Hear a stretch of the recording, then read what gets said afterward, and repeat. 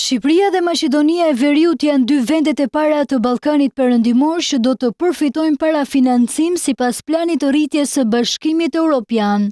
Kryekomisionerja për zgjerim Marta Kos, e cila përmes një postimi në rrjetet sociale nxit dy vendet të vazhdojnë përpara me reformat.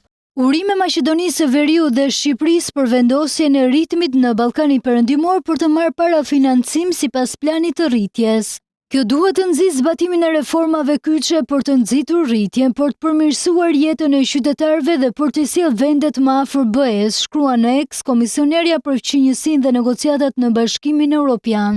Bashkimi Evropian miratoi fondet e parafinancimit për Maqedoninë e Veriut, ndërsa në një mbledhje të parashikuar të martën pritet të zyrtarizohet lëvrimin e fondeve për Shqipërinë. Shqipëria sipas deklaratave të zyrtarëve të Brukselit do të përfitojë mbi 920 milion euro si pjesë e planit 6 miliard të rritjes për Ballkanin Perëndimor të BE-s.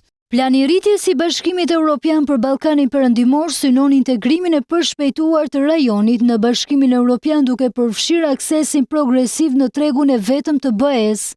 Plani mbështetet nga një instrument i ri financimi bazuar në performancë, lehtësia e reformës dhe rritjes për Ballkanin Perëndimor.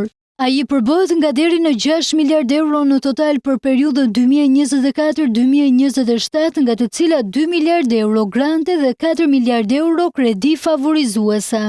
Për të përfituar nga lehtësia, çdo vend duhet të përgatisë një agjendë reforme, e cila konsultohet, vlerësohet dhe miratohet nga Komisioni Evropian pas vlerësimit pozitiv nga Këshilli i Bashkimit Evropian.